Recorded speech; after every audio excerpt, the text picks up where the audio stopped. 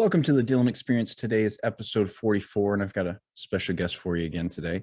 My guest today woke up one morning when she was 19 to find her mother dead in her bathroom. Now, she sat with this trauma for over 20 years before she began digging deeper into helping release the emotions from under the surface. And as she dug into the awareness necessary to do this, she found her body began to physically change. And I don't want to give too much away. I'm going to let her kind of tell you about herself. But today, my guest is on a quest to unlock inner peace through things like truth seeking, digging into the deeper feelings, and then also the acceptance of those inner feelings. So today, I welcome Ann Hince. Ann, how are you? I'm great. Thank you. It's great to be here. Absolutely. So tell me your story, right? Like, let's start there. It's a big story, obviously. So tell me about it. Okay. I had a lot of trauma in childhood. I know a lot of people did. I know you did too, and stored it, as I think a lot of us do as well. So I was actually born with my right foot up against my right shin. So the first 6 weeks of my life were physical therapy. And then I was handed over for adoption into a family that had just suffered a trauma because they had a 2-year-old boy that they had adopted. Then they adopted another little girl, and they had her for 6 months. And then the birth mother changed her mind and took her back again. And I was the replacement into the family for that. Oh. So I know that was trauma that stored inside of me. It was subconscious trauma, right, that I didn't understand until later. And then we moved around the world, had different experiences. When I was 9, we were living in Hong Kong, and I was sent to boarding school in England, and I was sent to my brother's boarding school, which is a boys' boarding school. So I was the first girl boarder at a boys' boarding school, and I was teased mercilessly for 2 years. So that was stuck inside of me. And then for my teenage years, both my parents became alcoholics. My dad had anger issues. So I was walking on eggshells all the time, actually kind of closed in on myself, kind of stopped talking, because what was the point if my opinion was always wrong? So there was no point voicing it. Right. So that was going on. And then when I was 19, I did wake up and I found my mother dead in the bathroom. And that was kind of the big trauma. But I didn't know what to do with it. I was never taught. I didn't know therapy existed. I didn't know there was anything else I could have done other than what I did, which was just carry on with life.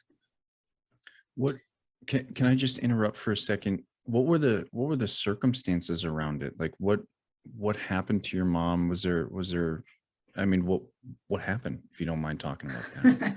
Sure. Yeah, I actually think it stemmed from when I was 13, my brother was 15, and that was the year we were both told we were adopted, but it was also the year my mother asked if she could leave us with our dad, who had these anger issues. Right. And we both said no. No, I mean, we don't want the family to break up. Why would you ever ask children to do that? Yeah. I don't think she had the strength in herself to make that decision for herself. And I think that's when the drinking really took off. She was a chain smoker, so she actually had throat and lung cancer, I think, from drinking and smoking. She would drink a bottle of sherry a day. Wow. So she was kind of pickled. But it was a sudden death in a tumor in her throat burst. So, it wasn't expected at that time. And yeah, so it started in the bedroom. She walked past my bedroom door in the night and died in the bathroom. So I had a lot of emotions. I had a lot of guilt. I had been out the night before. I hardly ever went out. We'd hardly ever argued with her. And then I didn't wake up in the middle of the night when I couldn't have done anything anyway, but yeah, the guilt was still there. Certainly. So, yeah. Wow.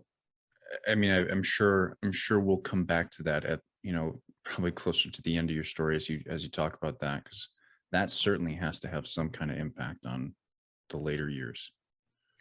Well, I think it did, but I didn't know. I didn't know. Right.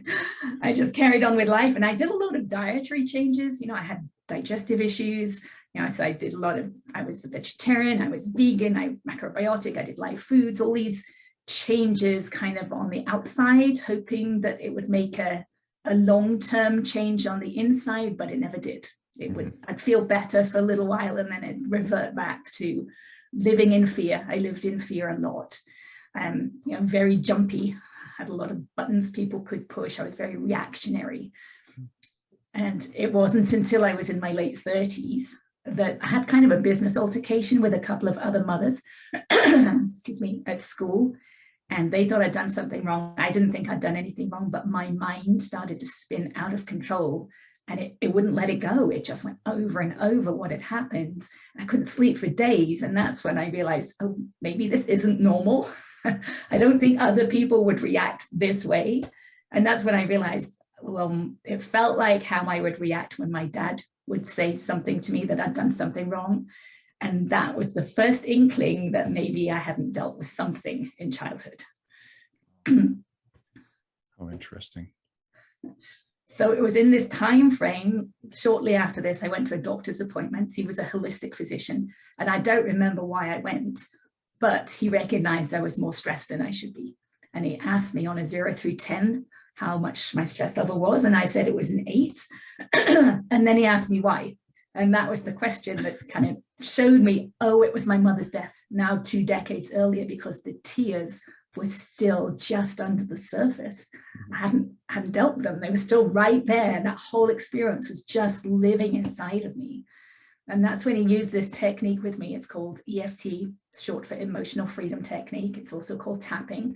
It's well known. It's been around for 20 odd years, at least.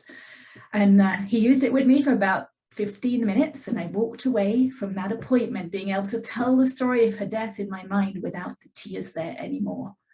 And that was such a huge shift for me. You know, it's really interesting. You know, I know you have more to tell, but like that, just what you said there is really something I think a lot of people struggle with, just realistically. Like, you know, a lot of people are like, you should learn to tell your story, you know, and I think a lot of people think it's supposed to be told to the world, you know, and realistically, you need to be able to learn how to tell your story to yourself first, you know, and having that ability and that power to actually do that is when you have the ability to walk through your whole story without really beating yourself up or destroying yourself, or, you know, waxing yourself with all this guilt or this shame or regret or all this stuff, is just to understand piece by piece how you've walked through life is a really powerful thing to happen to you for the first time. You know, I certainly remember when I first really started trying that, and it's powerful. So I can absolutely relate to that kind of feeling. Well, I've realized over the years now, I use the law of attraction. Now, I know a lot of people don't like that phrase anymore. They think of it in terms of manifestation. I think of it in terms of every day, right? It's something that's working all the time. And I think of it in terms of energy. And I think of the whole of us as being a signal. And we're emitting a signal every second of every day, and we're attracting back into our future based on the signal that we're emitting right now. Right. So everything about us is part of that signal. It's our hair, it's our gender, it's our clothes. But the biggest part of it, which we can talk about later at the end of my story, but the biggest part of it is that stored emotion, the stored traumas inside of us. It makes a huge difference to the signal that we're emitting. So if we're telling the story over and over again and we're feeling those emotions as we're doing it, that's our signal. And we're attracting back into our future those feelings. Yeah. So I wanted to change my base signal. I don't want to feel that way anymore again in the future. So I found that EFT was actually changing the base signal of me. So yeah, that's why I don't think it's a good idea to tell the story over and over again if you're feeling those feelings. But once the feelings have gone, and that's what EFT does, it releases that tension, that emotion, then it's just like you're reading from a book, right? There's no emotion left in the words. It's just something that happens. And at that point, I don't think it's affecting us anymore. Yeah. It creates kind of a, you know, logical standpoint rather than an emotional. You know, we looking at things emotionally kind of creates this filter of jaggedness and roughness and almost illogical sense of perception. where, you know, when you kind of read that book, as you say, it's a very logical way of perceiving the world, and you're able to almost objectively look at yourself and say, man, I was an idiot, and not feel connected to, you know, I am still that idiot. You know, it's like I was kind of stupid back then, and I understand that. Or, you know, I was completely off base when I say I was guilty, because I wasn't guilty, you know, and creating that kind of narrative of understanding, you know, the feeling and the truth are completely separate things sometimes. And really developing an understanding of reality is kind of what you do when you separate the emotion from the actual story. Absolutely. Yeah, my brother kind of went down a different avenue from me. You know, we were both adopted from different families into the same family situation. And he went down the alcohol smoking route, and I went the opposite. But in terms of my mother's death, he lived the last 20 or so years of his life, 30 years of his life, believing that he had caught my mother when she died. And he wasn't even in the house. So I think he used that to cover up the guilt, maybe. I don't know that for sure, but perhaps to cover up the guilt that he wasn't there for her. So it was a story he would tell himself over and over again, and that became his belief, but it wasn't based in reality at all. And he did realize the truth when we talked about it before he died. So to me, that was a really interesting Yeah. example of how we do that. Yeah. It's, I think maybe we'll come back to that, because I am curious about, like, how did you have that conversation with him, right? Like, how did he accept that his reality wasn't reality? You know? Right. Yeah. Do you want me to say something now? I mean, we can, like, this is obviously, we can go wherever you want, but I think that's a really, you know, the work that I do, that is one of the most difficult things sometimes to foster, is how do you tell someone that the reality that they have stored in their own perception is not necessarily the reality that is real? Right. And how to did me, it was through EFT. He was in the hospital. He died fairly soon afterwards from multiple organ failure from drinking so much. Mhm. But I tapped with him. We tapped on our childhood recollections, and he realized that what he had been talking about, that belief, was not really the truth. But we had to work through it using EFT for him to uncover, to let go of those outer emotions, that resistance to actually looking at what the truth was. And then he could see it. That's interesting. You know, you're not the first person to come on the podcast. I haven't released the episode yet, but a woman named Lauren Fonvale came on and talked about EFT as well. And it's, you know, it's certainly not a new thing, but it's, I think these kind of woo-woo kind of experiments in trauma of, like, you know, first, like, not necessarily first, but like EMDR, EFT, you know, these different kind of ideas of, like, you're just putting a finger in front of my face and moving it back and forth. That apparently cures my trauma, or just tapping on my, you know, tapping on my face. Like, what are you talking about? Right? Like this doesn't make sense to people, because it's not therapy. It's not the traditional idea of what overcoming looks like. And so I think in the next, you know, couple decades, we're going to see a transformation of how humans look at operating, right? Like, this isn't going to be so woo woo anymore, because it's clearly working for people. And in many ways, people themselves are woo woo, right? Like, I don't even know how to define that word, right? But it's this mysterious idea of, like, how does tapping solve your problems, right? And it's not necessarily about the tapping, it's about the experiential development of kind of what you just talked about, is this idea to tap into, and not literally but metaphorically, kind of tap into your own resistance to the things that you're trying to understand.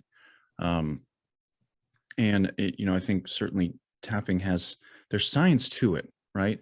But Is it well understood? No. Is there science to EMDR? Is it well understood? No, right? Like we're still learning this stuff, but there are things that work for human beings that we don't have the science to understand completely.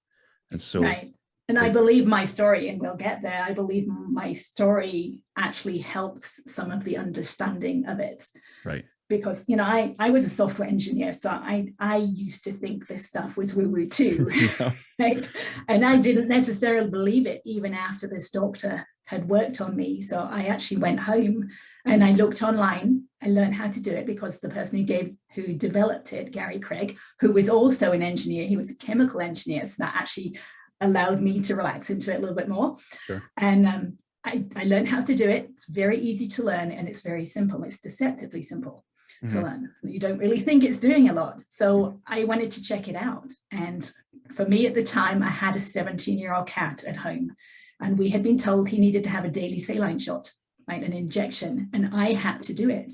And the first time I gave my shot, my hand was shaking so much. It was ridiculous, really. I wasn't going to be able to give him one every day. It was just too scary to do that. So I thought, well, this is a great test case. So I actually tapped about it. And as I said, it's called tapping. So I tapped about my fear of giving him the shot, my hand shaking, and my memories from injections, because I'd had a lot because we'd lived over the world. And the next day, when I gave him the shot, the needle just slid right in. There was no fear left inside of me at all. And that's when I realized how deceptively powerful it was. And that the freedom is on the other side of that fear. And that's what I wanted. I wanted to find that freedom. So for me, that was a really good experience. Very simple, you know, I wasn't really connected to it. It wasn't too dark inside of me. So yeah, that's when I realized, okay, I'm gonna use this technique because it's clearly powerful. Well, continue with your story, because I want to hear. Let's get to the end so we can kind of understand more about this. Okay, so I started using it every day. I started noticing when I was emotional during the day, and I would tap. And that in itself is not an easy step, right, to actually notice when you're emotional, because we want to get caught up in the emotions. But I started using it, and I actually found that it was working. I realized it was making a difference. I was becoming a little more peaceful. And I knew there was a technique you could use where you wrote down every emotional memory or trauma from childhood. So I did. I wrote down every one. It was several pages long, and I tapped through one each night. And for about an hour to an hour and a half each night until I'd gone through them all my emotional memories from childhood. And my mind was becoming quiet. And I opened my kitchen door one day, and I remember saying to myself, it feels like I'm living in a different reality, because that voice in my head, the one that would criticize me and judge other people, it wasn't there anymore. And it felt so different and so nice. And that's when I could look back and see that, okay, those voices, the words that I would use inside my head were my dad's words that I had programmed inside of me in childhood. And I would just replay them over and over again. I just didn't know that until they were gone. Yeah. So I realized that EFT was actually opening up the subconscious mind, and it was expanding my awareness. Now, I didn't understand that word when I started this process, but I do now. So I started to become aware of my emotions during the day. And then I started to become aware of the physical sensations underneath the emotions, right? So every emotion we use, like anger or frustration or sadness, we're actually describing tension in our body, right? How we're holding ourselves. So I started to become aware of those physical sensations. Now, at that point, I could have tapped, I could have still used EFT and talked about maybe I feel this fear in my solar plexus or my stomach, but I didn't feel like I needed to anymore. So what I did is something I call feel your feelings. I actually put my awareness, my focused attention on that on those sensations. And for me, it would often be fear in my stomach. So I would hold my awareness on that tension for long enough that there would be a shift. It would kind of let go. And I'm just accepting the tension. I'm not trying to change it. I want it to go away in the back of my mind. I'm doing this because I want it to go away, but I'm not trying to in the moment. I'm just accepting that fear sitting in my stomach. And it would shift, it would let go. And I would do it over and over again with the same thought until the fear had dissipated. And then in the evenings, instead of doing the tapping, I would lay on the sofa and I would bring now more collective traumas to mind. So like 9/11 or Fukushima or the earthquakes I've been in. Just feel all those sensations inside of me, accept them, and they would dissipate. And I'd do it over and over again. And then at some point during that process, I realized I could keep my awareness inside my body after the tension had dissipated, which is a little hard to understand. I'd never heard of this before. I didn't know what I was doing. I was kind of just playing around and seeing if I could do it again. Yeah. And the only way I can kind of explain it is, imagine you've got a toothache or a stomach ache. You can pinpoint with your mind, you can feel where it's coming from. But once it's left, once the pain has gone away, you can't really find it again with your mind because the pain's gone. I found I could keep my awareness inside my body. So then I would just move my awareness around. Okay, what can I feel in there? And I could feel tension or no tension. So I would focus on the tension and hold my awareness on it, and it would shift. Just like I was doing with the sensations, and just like we were doing with EFT, where you talk through things over and again. Now I'm doing it at a deeper level inside the body. And over time, over months, it took me many months to actually be able to put my awareness inside my head. And once I could, the tension and the pain inside my left cheek was just incredible. I had no idea that I was living with these forces pulling my bones out of alignment, that I had been living with this for 50 years and I had no idea it was there. Mm-hmm. So then I just worked on this a little bit at a time, put my awareness on the tension, it would dissipate. Just do it again and again. And over time, I could actually feel my bones relax into what I now know is a more aligned position. So that's why it was great to have those x-rays taken last year. So I have them last year compared to 2013 and see that the eye sockets have aligned, and I didn't know those bones would move. And my jaw, which was way off to the side, is now more in the center, and my neck, I have scoliosis, I think probably from being born with my shin up against my foot up against my shin. So my body is untwisting, and I've grown 1/2 inch as a 55-year-old. So I think that's pretty cool. How interesting. Do you feel as if there's an emotional intelligence kind of necessary for this stuff to work? Do you I guess the question is do you think this will work for everybody? Absolutely. Yes.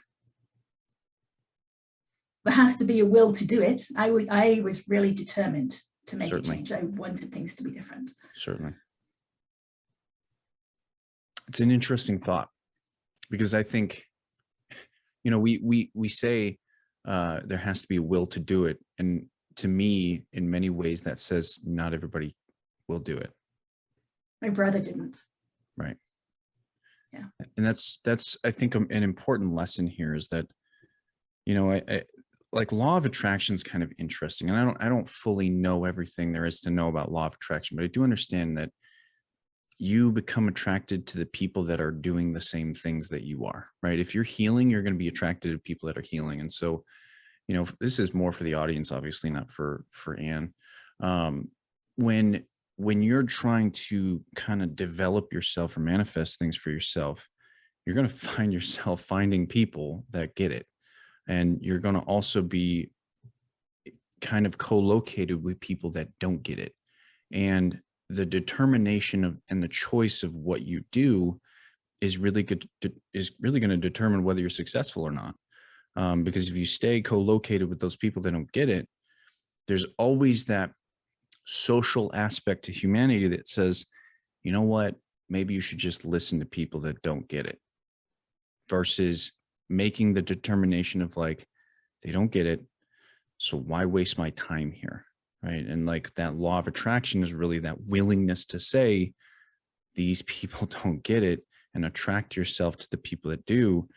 And so, it comes back to this idea, you have to become comfortable doing uncomfortable things, in my mind of if you want to be any kind of successful, I don't care if it's business, I don't care if it's healing, I don't care if it's, learning how to read or learning how to do TikTok. If you want to be any kind of successful, you have to make yourself uncomfortable. Problem is that creates stress, right? And there's really no such there's no such thing as good stress or bad stress. It's just stress. And in the stress under consistent kind of like consistent stress is just not good. And so you don't want to put yourself under like consistent stress for too long. Otherwise you're just not going to you're not going to feel good, right? Your body's not going to like it, you know, and certainly that's why people in difficult relationships are just never happy.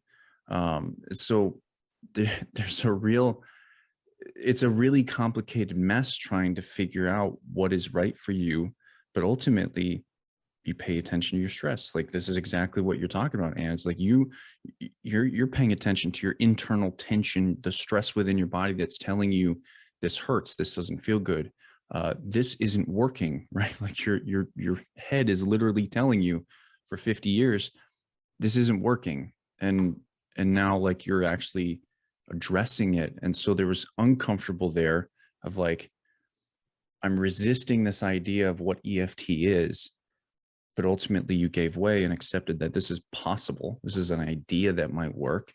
And you gave it the chance that it deserved. And you developed an understanding that I think very few people, I think it's rare that people will ever get to the point that you're at, Anne, personally. Quite possibly. But you're right, it's in finding that discomfort. Just because something's uncomfortable doesn't mean we shouldn't do it. It just means we should feel that discomfort. Mm-hmm. And if we know a tool like EFT, we could work through then release that discomfort, and then it becomes a path of least resistance, right? We're trying to find that resistance. So to expand our awareness, we actually want to push into that resistance, find what it is that we're resisting, and feel that resistance, accept it and let it go. And then there's no more resistance to that. Yeah. So at this point, I'm actually on the inside, I'm working at the level of the bones. I'm feeling the tension in the bone and releasing that. But on the outside, I'm watching the news. I'm finding what triggers me at a deeper level. Now, there are people, and I did this in the past, who will watch the news and not be aware of how it's affecting them. Right? There's actually an energetic barrier. They don't want to get too caught in what's happening. So they'll actually put up a barrier and not feel it. But once you've done enough of this inner work and let it go and become aware at that deeper level, you can feel into those kind of things and actually release resistance at a deeper level. You know, obviously I don't recommend that at the beginning, but just becoming aware of emotions during the day, you know, that in itself is a tricky step, but that's a good first step. And what I've realized over the time is there's actually a spectrum of awareness. So you kind of touched on this when you were saying about you'll meet some people who know what's happening and understand things, and there are others that don't. So before COVID, I actually had a tapping group and would meet once a week. And at the beginning of the group, we would sit in a semicircle and I would play a series of chimes. Everyone would close their eyes, have the experience with the chimes, and then open their eyes. And then we would share our experiences. So there were some people who would only hear the chimes with their ears, which is normal. You'd think that would be normal, right? But there were other people who would hear the chimes with their ears, but they might feel the sound vibrations in different parts of their body.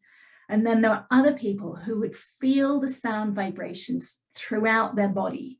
Right? So I started out with that very little level of awareness. I could only hear with my ears, but now I can feel sound deep inside my body. So that's a spectrum of awareness. And we see that out in society too, right? There are some people who just hear the words and they think that's the truth because they don't pick up on those other aspects. They don't pick up on the way the voices, the body language.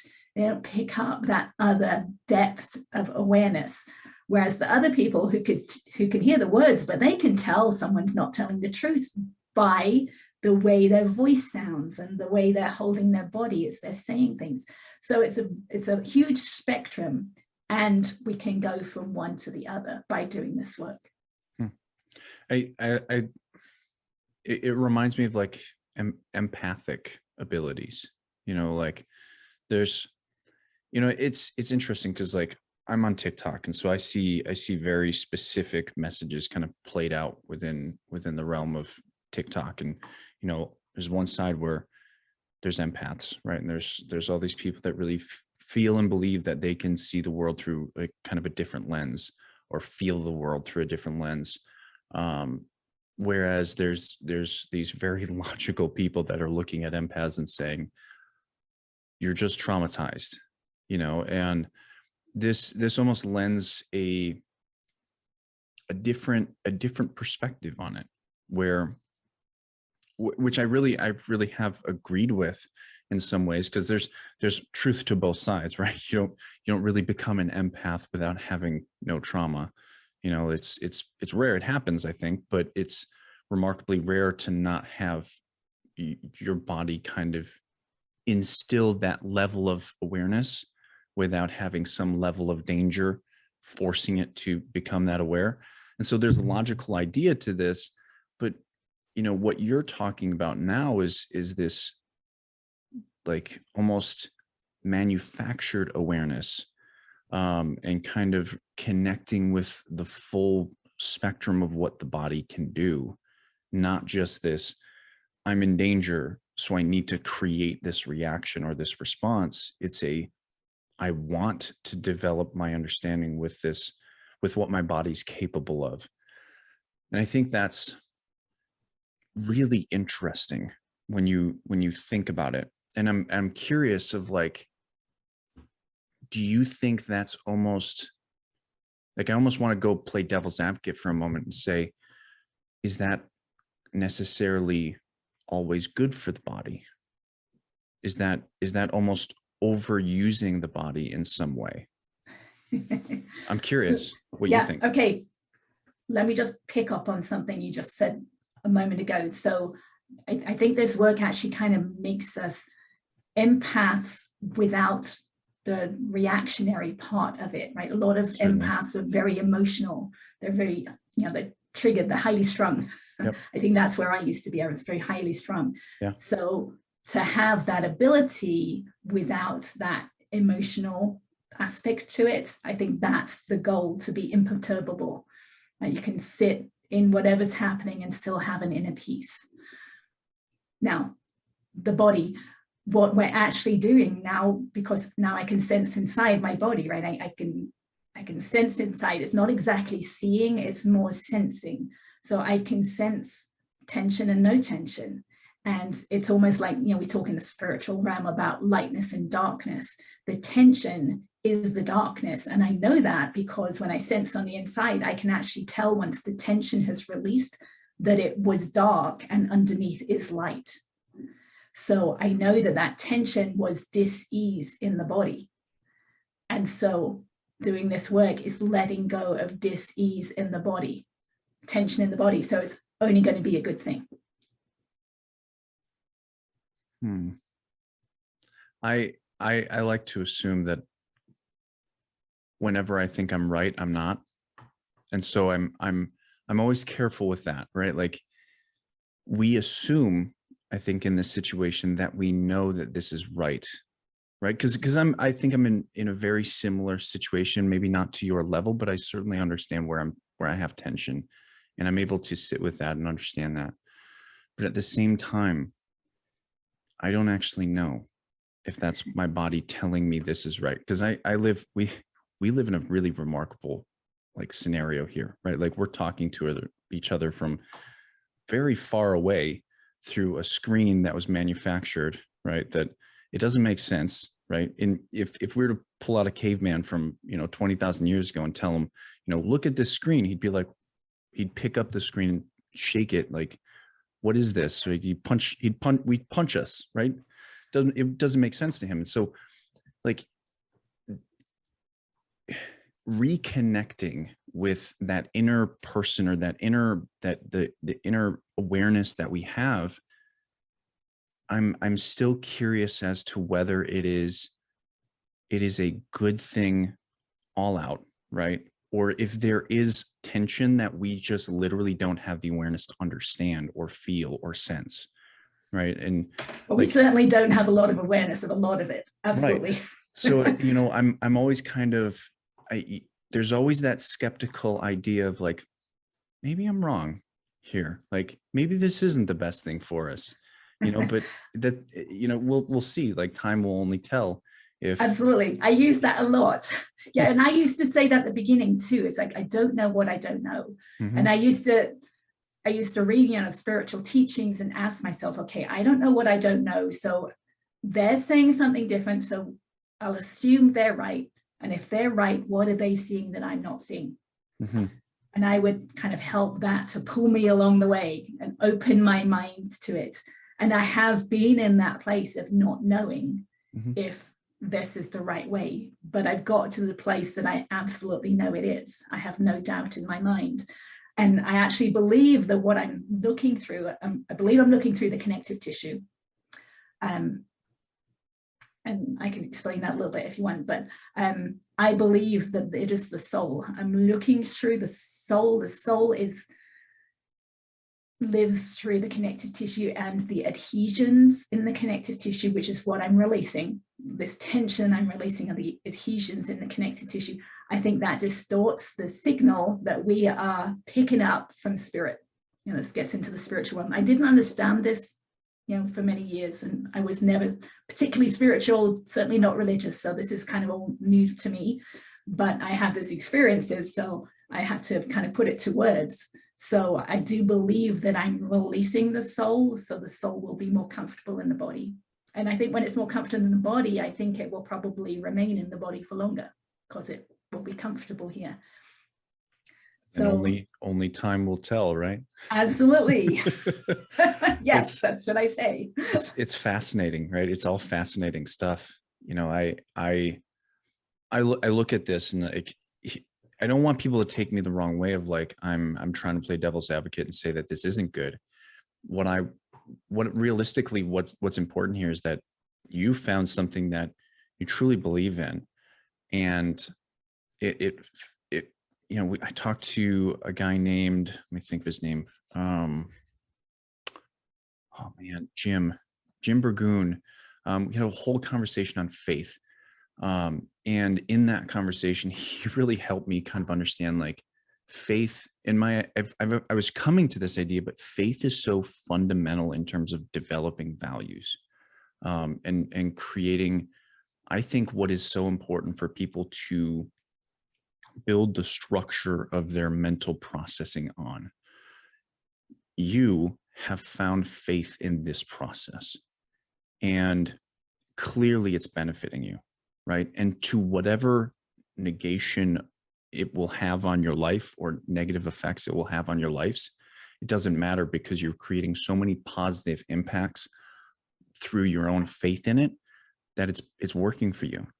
And I think that is more important than whether it's right or wrong for the body in many regards.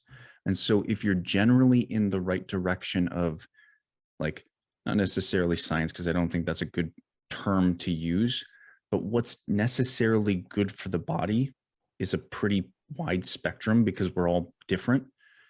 If you learn to have faith in it, if you have faith in tapping, if you have faith in talk therapy, if you have faith in whatever, even if you're skeptical of it, that is more important than negating everything and saying none of it works, because having that mentality will never get you anywhere. If you always use resistance. if you use your skepticism to resist everything, you'll eventually just die, right? Like your body will kill you, like, because the body doesn't like being stressed all the time, and what is negating the capacity for anything to help you, that's stress, right? Because you can't find what helps you. And so the creation of faith, I think, is really important. And clearly, I mean, that's the most important part.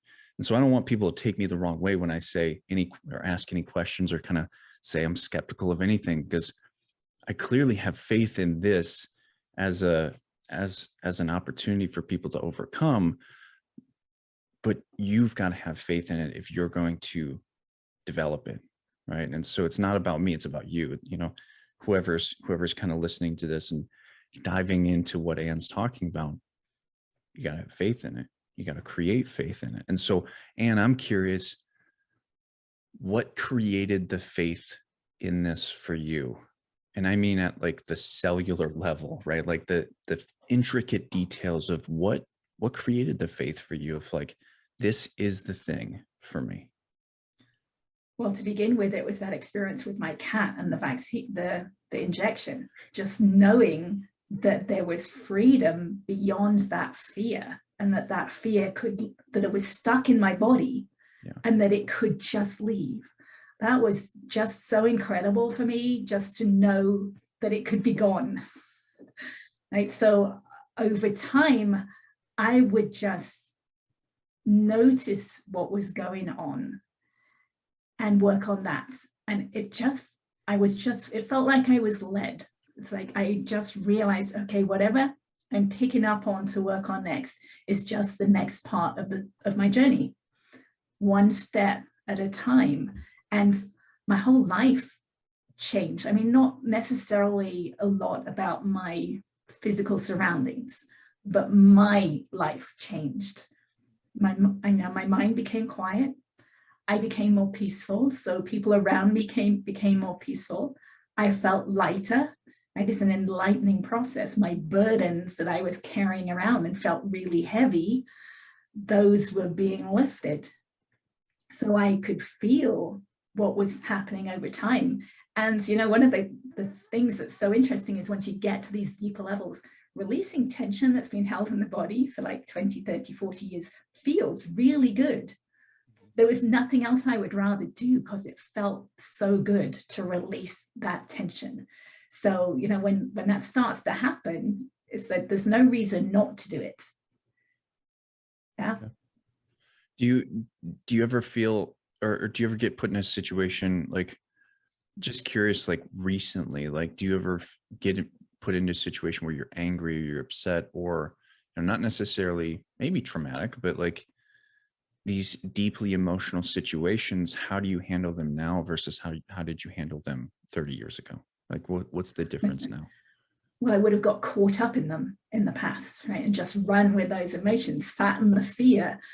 And now I notice the fear and I work with it straight away. It's like, how does that feel in my body? Where can I feel it? And I will focus on it and let it go.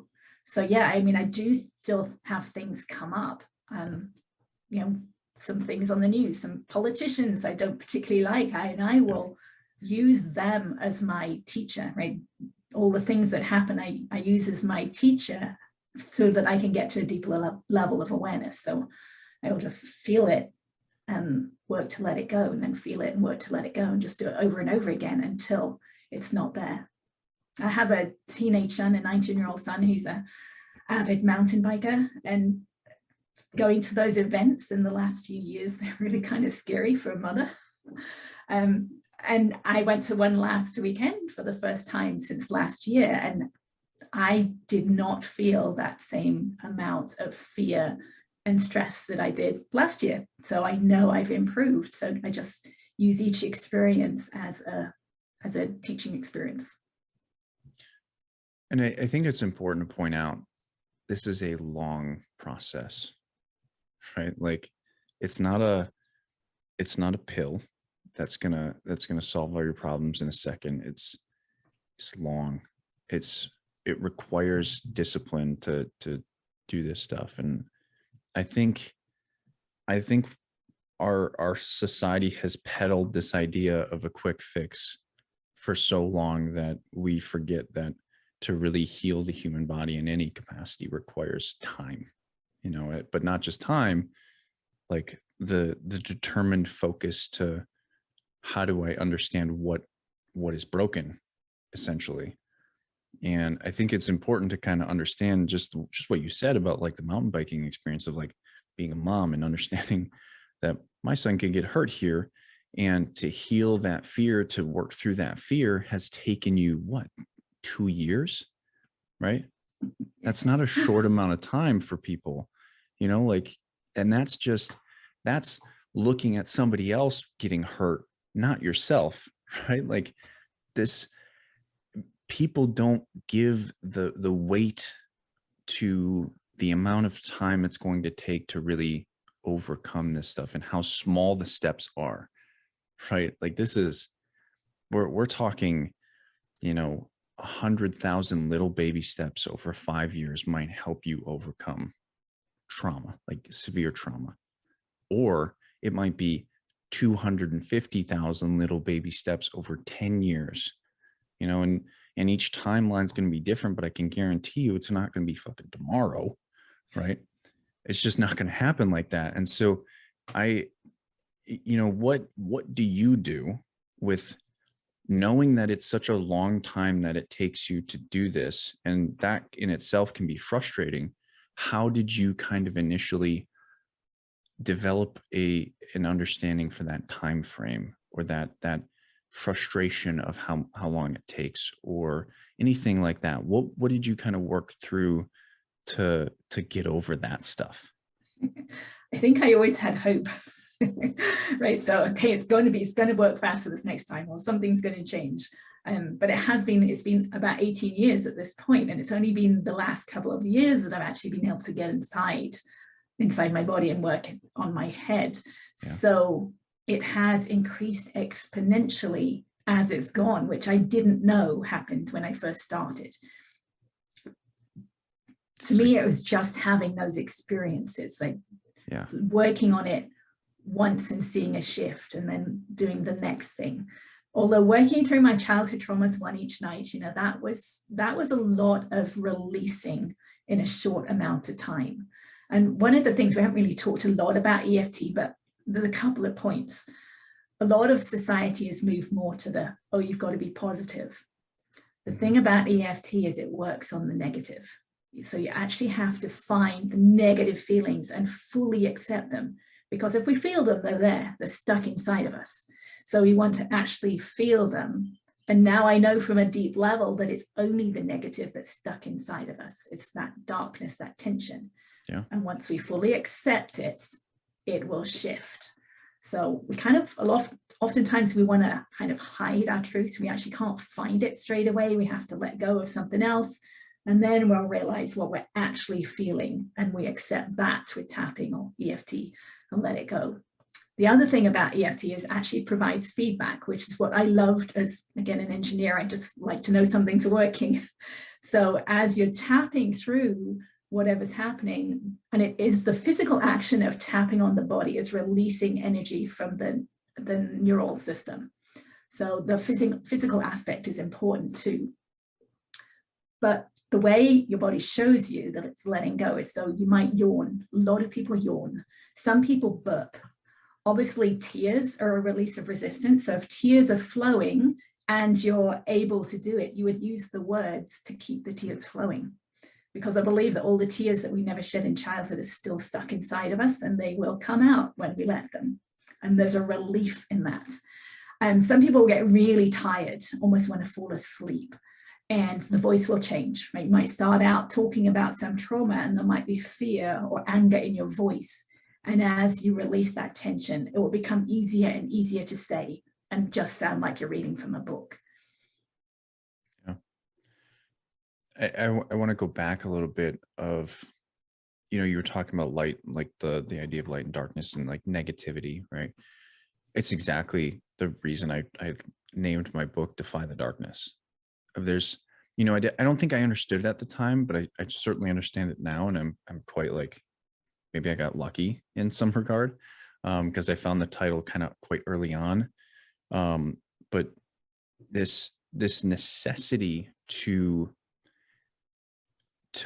respect the darkness of your life, but yet defy it is, I think, curative in some regard. It's this place of, it's why we love underdog stories so much. This ability to come back from the bottom and overcome and triumph and to live again in some ways, the rise of the phoenix. All of these stories kind of manifest through this idea that you lost, right? And these aren't new stories. These are all like, this is a narrative that was built in early human, in early circles of humanity, that this willingness to come back is fundamental to human life, is because guess what? We've been getting the shit kicked out of us for 100,000 years, right? Like we're humans, And even now, regardless of how much we build up society, how much technology we have, guess what? We're still going to get punched in the face by life, right? We're going to lose our mother at some point. We're going to lose our father at some point. We're going to lose our wife or husband or child potentially. We're going to lose people, get hurt. We're going to do things that are wrong. And all of that that narrative is important to develop, to know. You have to know how to deal with negative events if you are to survive to the full potential of your life, because you can't escape negative events. And so this idea, I've always struggled with this idea of like peddling positivity and peddling gratitude, right? You're supposed to be grateful and you're supposed to be positive all the time. Doesn't make any sense, because there's vast amounts of darkness throughout our lives, and developing the ability to expose that, one, helps you become emotionally intelligent of like, I do have these feelings of anger, resentment, guilt, regret, jealousy, even hate. I have these feelings, but being able to expose them is this opportunity to not allow them to be negative anymore, right? To clarify that this isn't logical. Although it's quite rational at times, it's certainly not logical to hold all of this stuff in and carry it, right? It's not logical for me to hate my father for committing suicide when he went through all of the things that he went through before me and I have no idea about them, right? Although it feels quite rational to me because, you know what, he did this to me. It's not logical because there's a whole story behind him that if I were to never understand, or if I were to just sit with, regardless of knowing a story or not, what does it do to me? Stress, right? And it just destroys me. And so you have to be able to clarify that negativity is always going to be there, but it's how you process it. It's how you perceive it. It's how you, sift your way through it and develop your own underdog story, your own, rising of the phoenix story, your comeback, whatever. It's you have to build the narrative to get there. Not everybody can, but you absolutely should. And hope is part of that process, as you said. Yeah. Yeah. I mean, I agree. And not all of us do that, right? We talked about that already. Yeah. But I do believe the more trauma we have in childhood, the greater our capacity for spiritual growth, or for just growth in general, if we're willing to take the steps and do the work. Yeah. I absolutely agree with that. That's a hard one, because it's like you're telling people the more you get hurt, the more open you are to understanding yourself, right? And people don't get that at first. People don't want that at first, right? Especially if you're traumatized and you're hearing this for the first time of like, guess what? Because you were hurt, you have a potential that is drastically more open to this idea of becoming spiritually, emotionally, even intellectually aware of who you are. And you're like, yeah, but I didn't ask for it. Right. None of us did. And so there's a piece of like almost responsibility there of like, because of what you've been through, you have an opportunity here to help people for the rest of your lives, or rest of your life. And to help yourself, right? And to help yourself, because if you're holding that trauma inside of you, it is affecting you now and it's affecting your future. And that's the responsibility, right? You can only really help everybody, the full potential of who you can help, if you help yourself. Otherwise, you'll help only so many people before that stress ultimately kills you. And I think a great book on this is When the Body Says No.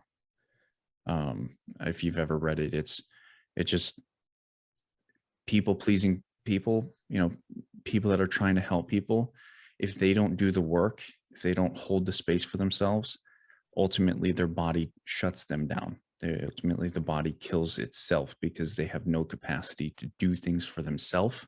They only have the capacity to do things for others. It's a really interesting read. Interesting. Yeah. So part of the reason, well, there's two reasons that I'm coming on podcasts and sharing my story. The first is that I think people need to know how powerful we are and the potential we have when we do this work. But the other reason is because I love doing it. Right? I love these deep conversations because I don't get them outside of this arena at this point. So if I hadn't done my inner work, I would not be this person who is willing to sit here and happy to sit here now and discuss this. Yeah. Right? So the resistance is not in me for doing this now. Yeah. Yeah. And same. I do this by 100%. This podcast is for me, right? I post it because I know other people would like it and would benefit from it. But I 100% started this podcast because I wanted to talk to people that would engage on the level that I do.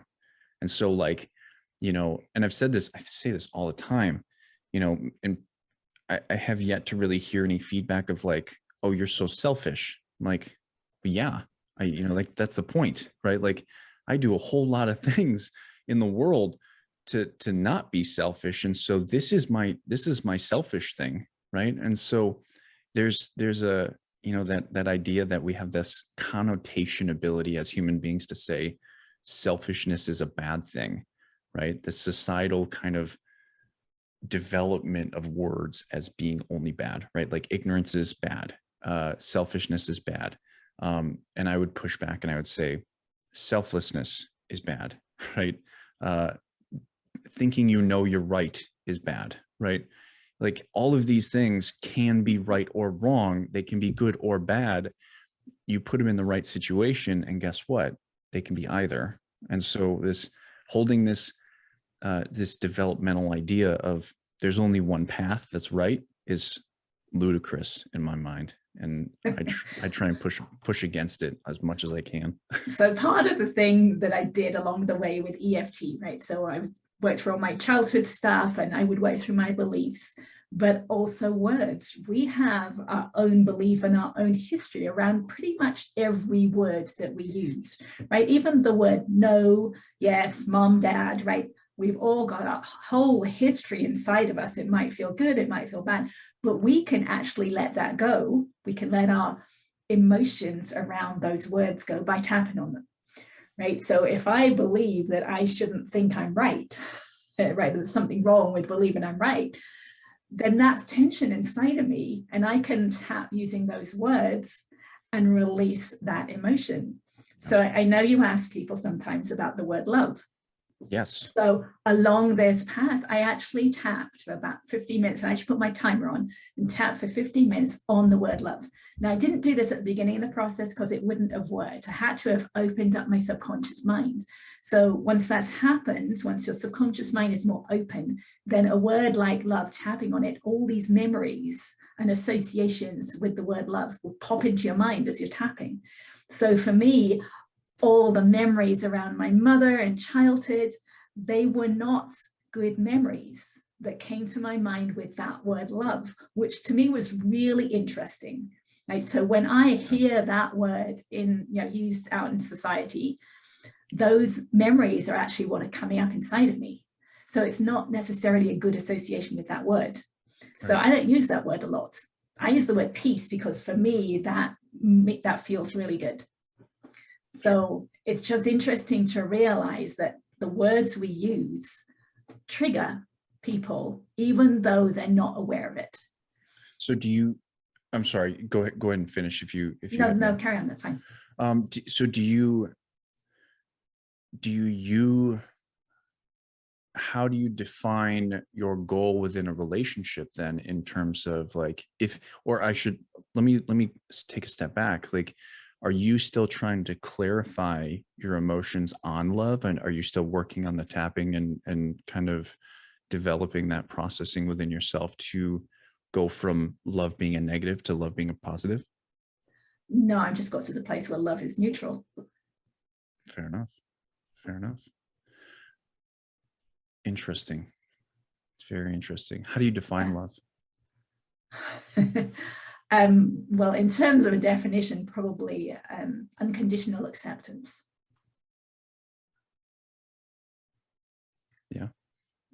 It's a beautiful, beautiful definition. But that I know that word doesn't bring up that definition for most people. Right. So, where I talked about the words, and we use like the words sadness or anger or frustration for we're actually dissociating from those physical sensations, right? When we're using those words, I think in the same kind of way that we use words to do that, right? So if I think of unconditional acceptance, that I can kind of dissociate from that and call it love, or I can just call it unconditional acceptance. I have a different question in this realm. How do you define peace? Deep relaxation at the depth that I was never aware of before. Interesting. I feel like a lot of people develop this attachment to like what's the most important goal for them. I think a lot of people it's love, right? And clearly you have shifted that to something like peace.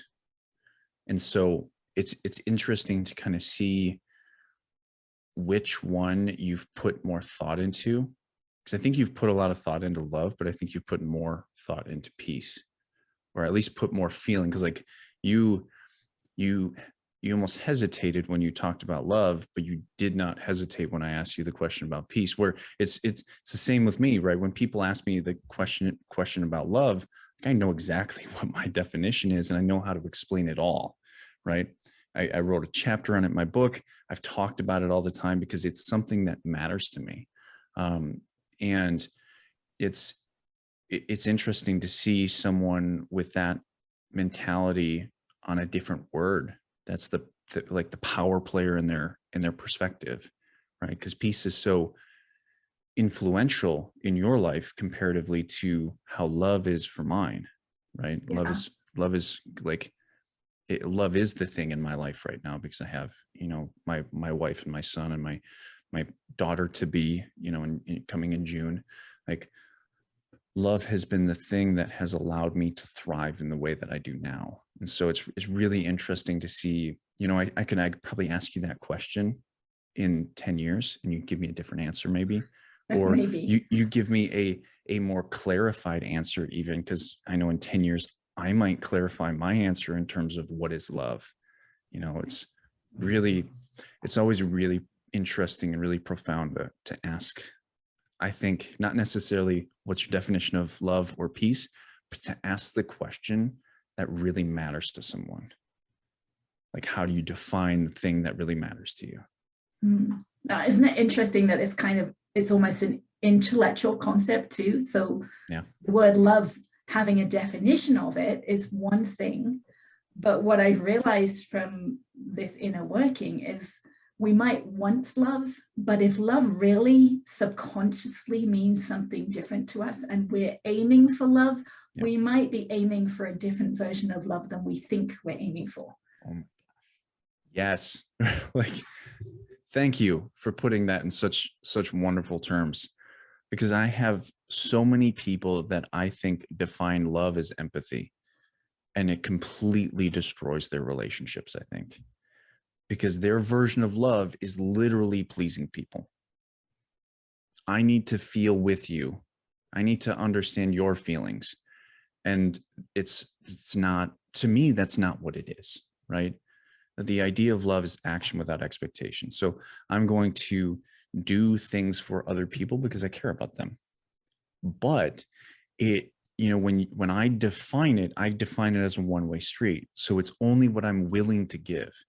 And now in some regards, you can look at that as somewhat like there's a potential there for narcissism, right? Because it is a one-way street. I'm only willing to give what I'm willing to give. And so obviously with any word or with anything, there's a potential for evil or negative. So you have to clarify the rules about using it. So the expectations are within the relationship, right? A mother and a daughter have a completely different relationship than a mother and father, right? Looking at a husband and wife together is vastly different, because we take vows to say we are going to take care of each other in sickness and in health, and, you know, in bad times and good times. And so the expectation within the relationship is, I'm going to take care of you in times where you can't take care of yourself, with the expectation and the hope that in times where I can't take care of myself, you help me out. Right. And so is it always going to be 50-50? Absolutely not. It's going to be hard. It's going to be difficult, but there's that connection there. But the love is not about the relationship. The love is about the essential emotions behind it, and saying, I'm willing to give to you no matter what. I'm willing to do for you and create actions for you because I appreciate you as a person. You know, that action may also be, I don't think we work well together anymore. And knowing you can't appreciate that person anymore. And it's not falling out of love. It's understanding that whatever situation is happening, there's a negative aspect to it. Now, that needs to be really understood, and not everybody makes the right decisions in those moments. But at the core of it, love is not about what someone else does for you. It's about what you give to them. And I think when two people create that together, right, where you really do think it's a one-way street going both ways, that's when I think love is the strongest. It's like, you may not be able to give to me, but I don't care, because it's all about me giving to you. But if you don't have that, right? If one person defines love as empathy, that person's only giving, and they're giving in the direction of emotional support, where I don't think that's what love really is, because love is action. It's not emotional support, right?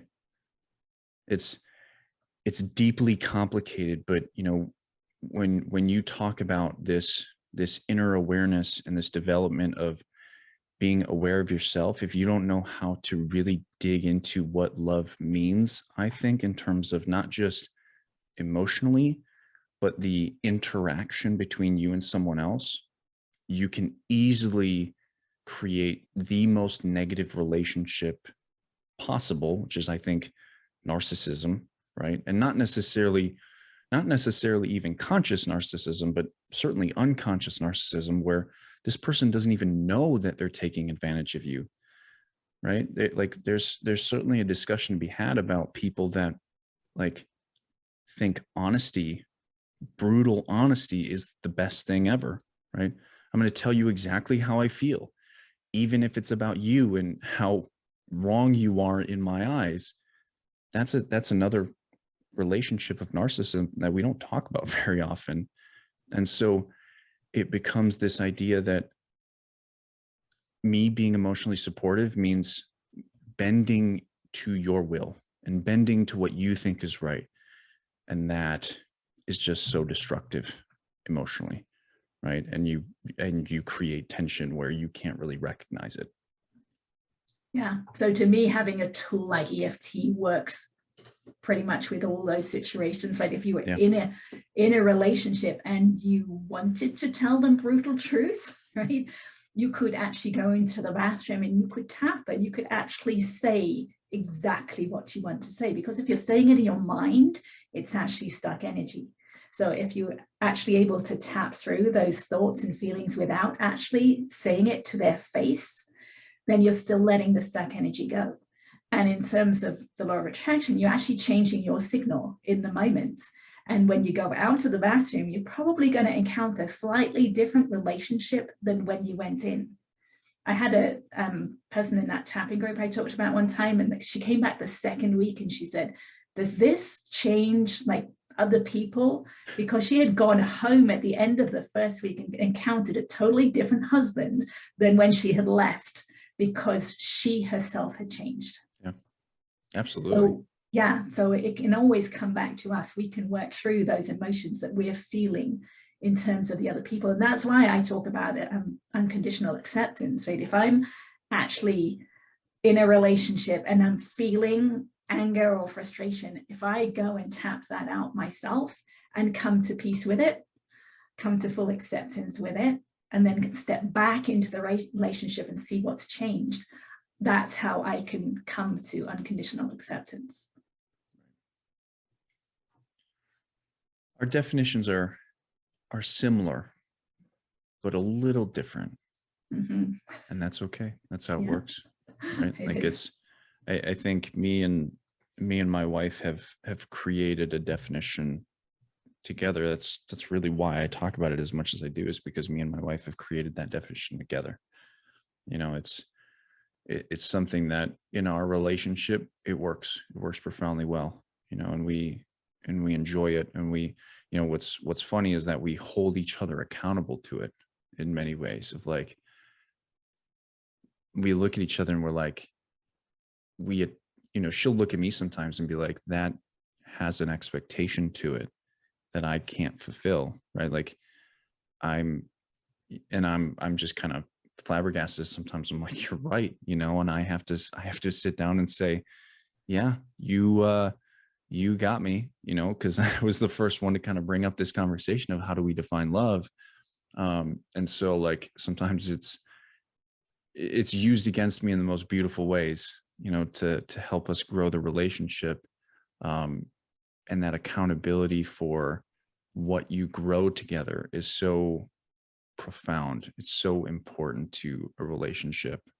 That when you have the ability to not just do it within yourself, but also to help develop that as a couple, as two people combining to understand this concept, man, it's powerful, right? Like it's one thing to do it with yourself, right? And have that complex being that you are, try and figure this stuff out.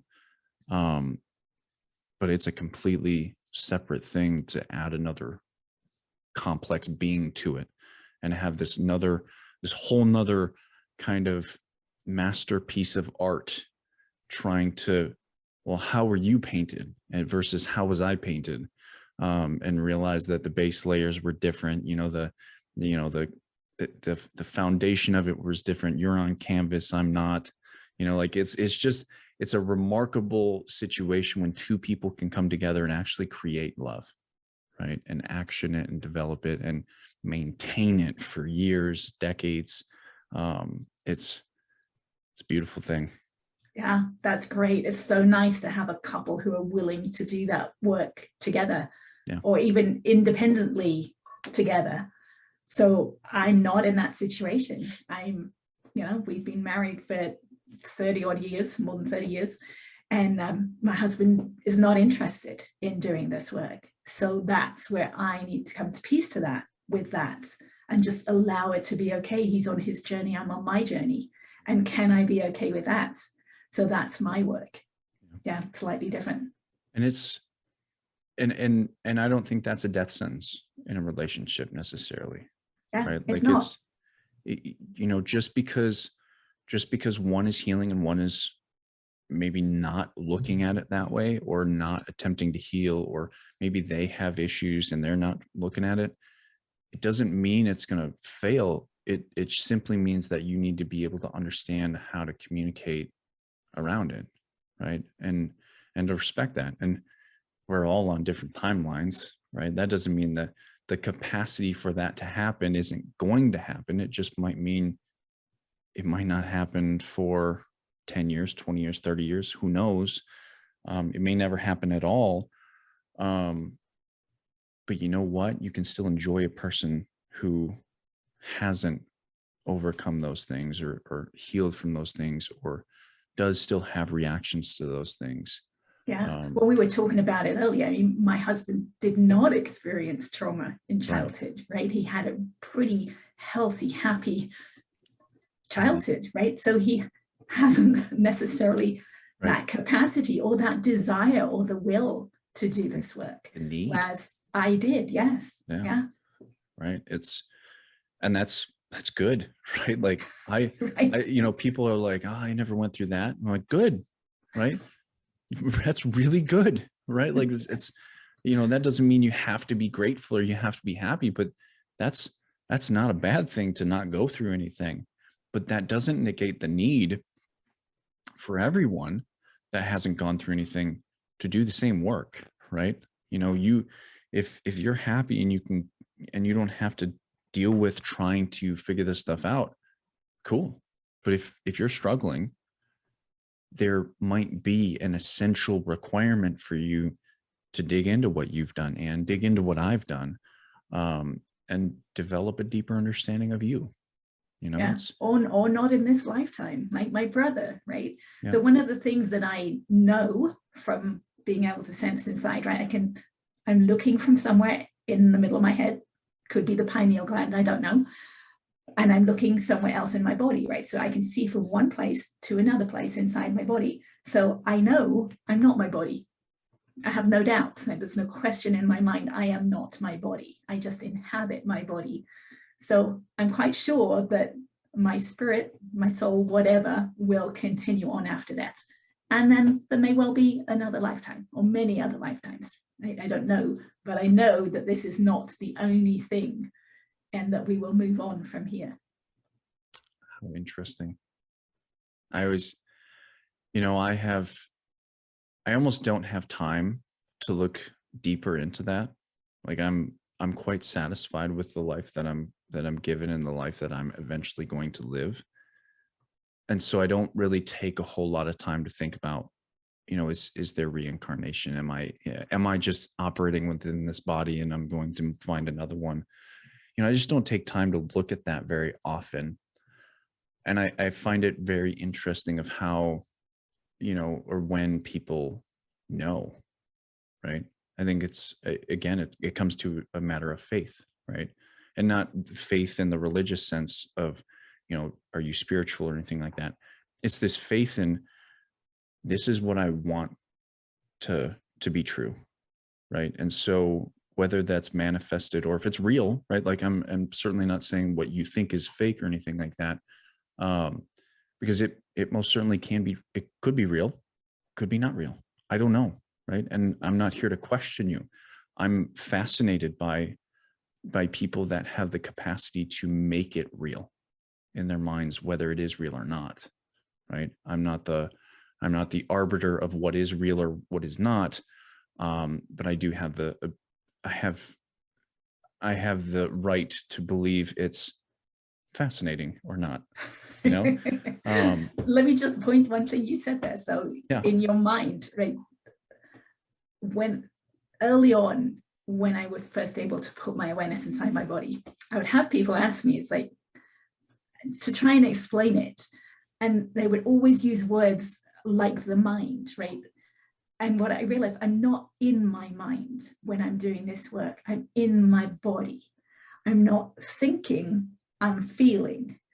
So while that understanding, that knowing that I'm not my body is a mental concept, a mental understanding, it's through physical experience. Right. Yeah, it's not always easy to understand. I know I would have had a hard time 10 years ago, but certainly. Well, it to me it makes sense because, you know, like not too long ago, it was found out that there's brain cells within the heart, where there's the same cells that are in the brain are found in a nerve packet in the heart. And so it's not hard to kind of think about that you might be able to almost existentially feel everything that you're actually thinking, because all of the cells that are up here are also literally intricately laid as a foundation throughout your body. That's what is that? The limbic system, right? The nerves, right? Your entire nervous system is essentially its own massive brain, right? It's just the extension of it. It's the tributary system of a river, you know? And so it's just backwards almost in some ways, where if you change something up here, you might actually have the capacity to change everything all the way to the extremes, right? And so it doesn't surprise me that you have that feeling, at least how I look at it, and you know, the fascinating way that I think about these things. You know, it's just remarkable to kind of think about. It's remarkable to think about how you explain that you're not within your body almost, of like, I have this undeniable feeling that I will eventually find a new place for myself. Like that's what's fascinating to me. Like I almost asked the question of, how do you know that you are not your body? I'm curious about that, and certainly not like in a skeptical way, like you're a lunatic. It's more of a, how do you come to create that understanding for yourself? It's only because I'm looking from one place to another, right? You can't look at outside your window and see a car out there, right? You can't be the car out there and you in here, right? You can't be. So if I'm looking somewhere inside myself from another part of myself, I can't be the whole thing. It's just logical. It just doesn't work. I can't be this body, can't be me. I must be inhabiting it if I can see from one place to another inside of it. You wouldn't think that like the nervous system itself wouldn't kind of give you that ability? It's like the idea of like, I can look up at my ceiling, but I can wiggle my toes. Right? Like I don't have to look at my toes to know they're wiggling. Like I have this almost essential ability to recognize that I have full control of what my body's doing, except for there's this subconscious piece of it where like I can't control my organs, but I can in a way, right? Which is interesting, right? Because the body can shut itself down based on, like, if you fall out of love, or like if you lost love, right? Like heartbrokenness can kill you, right? Like this. So there's this idea that you do in some regards have full control of your body, but yet it only comes at really interesting and extreme times. If that makes sense. Or with deeper awareness. Right. Yeah, I can control my breathing way more than I ever used to be before. Right. It's interesting. It's all very interesting. It is. Questions I don't know if we can answer at our, at this point in time. Yeah. But definitely stuff that ponders, definitely stuff to ponder, throughout your life. Well, Ann, how can people get in touch with you? Obviously, I have a bunch of links that I'm going to put in the description, but what's the best way to find you and to reach out to you? Okay, well, anyone wants more information on the steps that I took, I wrote my book called A Pathway to Insight, which goes through all the EFT feeling of feelings and how to get inside the body. So that's available. I have my website, annhince.com, and I have a public Facebook page that I'm happy to interact on, try and explain things on there. Yeah, happy to answer any questions. Perfect. And we'll have all of those in the description below. And I've got to ask you a question. I think you know what's coming. So I hope you're ready. If there was one thing you could leave the world, what would it be? One message you could leave the world, what would it be? I want people to know that we have more control over what's happening in our lives than we think we do. We often want to blame other people, things that are happening outside of us, the news, politicians, people arguing down the street.